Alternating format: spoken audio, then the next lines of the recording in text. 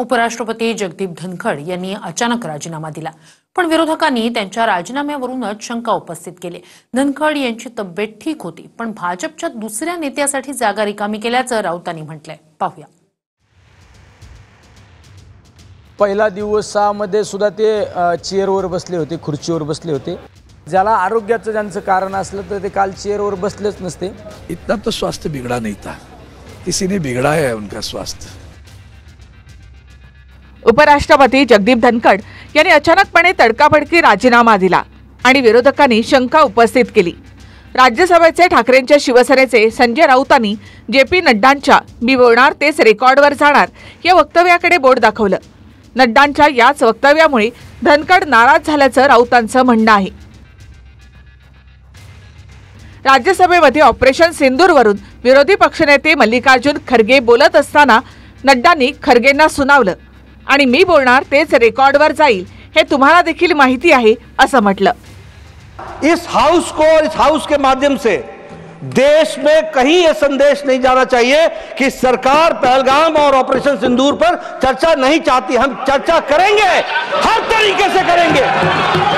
But I would like to tell you, अरे गुस्सा मत करो भैया, अरे गुस्सा मत करो।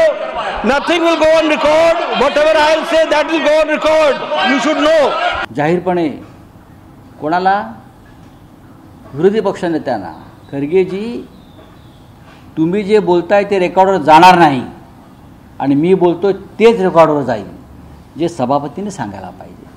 ते लीडर ऑफ द हाऊस, भाजपचा नेता सांगतोय, जेपी नड्डा होते लीडर ऑफ द हाऊस। हे संविधानानुसार पदावर बसलेल्या व्यक्तीचा अपमान आहे। पावसाळी अधिवेशनाच्या पहिल्या दिवशी धनखड यांनी तब्येतीचं कारण देऊन राष्ट्रपती द्रौपदी मुर्मू यांच्याकडे राजीनामा दिला आणि आता राष्ट्रपतींनी सुद्धा त्यांचा राजीनामा स्वीकारला आहे।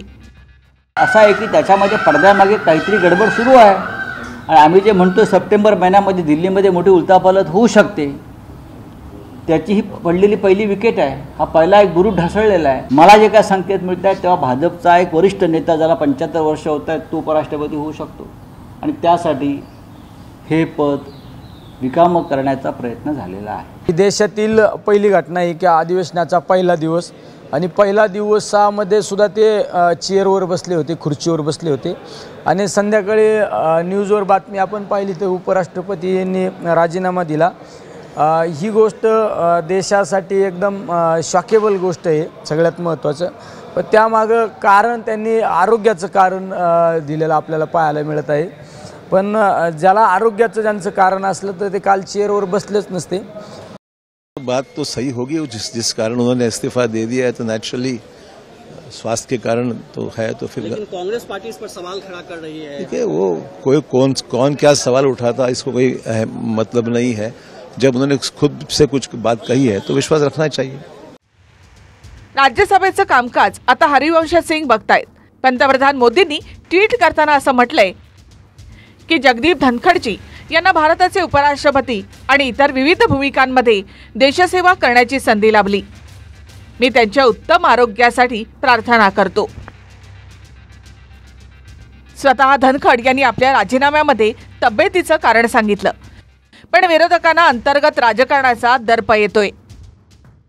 ब्युरो रिपोर्ट, TV9 मराठी, नवी दिल्ली।